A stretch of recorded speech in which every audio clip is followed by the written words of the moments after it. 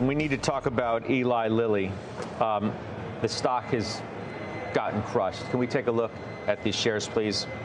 Under different metrics, you can look at not an intraday this week, maybe since, let's go year to date, maybe. So the target gets cut today to $895 from $1,050 at UBS. They say the sell-off has been overdone.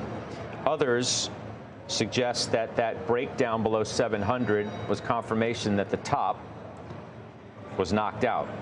May rally back a little bit, but Kevin Simpson, as you own this stock, how are you thinking about this? Because it's not been a pretty chart.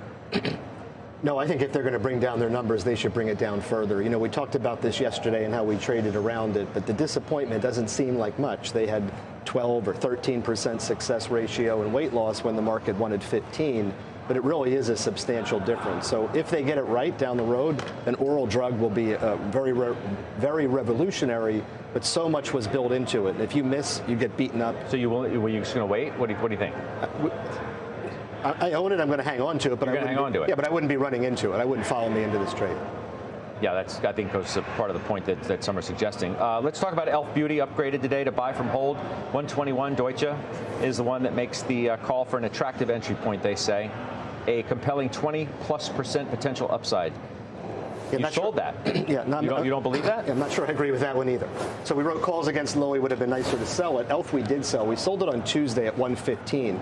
This was at a momentum that was really on fire, and it started to break down and into earnings. So we sold the name at 115. The earnings were disappointing. It's down 10%. If you can get it under 100, it's probably okay. But don't forget, they still face intense competition in skincare, makeup. There's a tariff situation with this company, and they don't have the memification. There's not an online buzz for this company.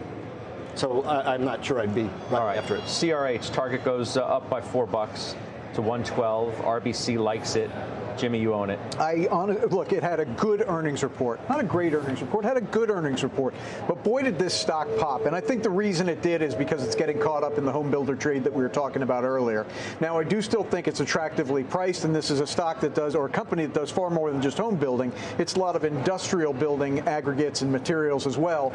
So with all the reshoring and infrastructure, it's going to benefit. I do still like holding it, but this pop this week, it may have to consolidate this over the coming couple of months. All right.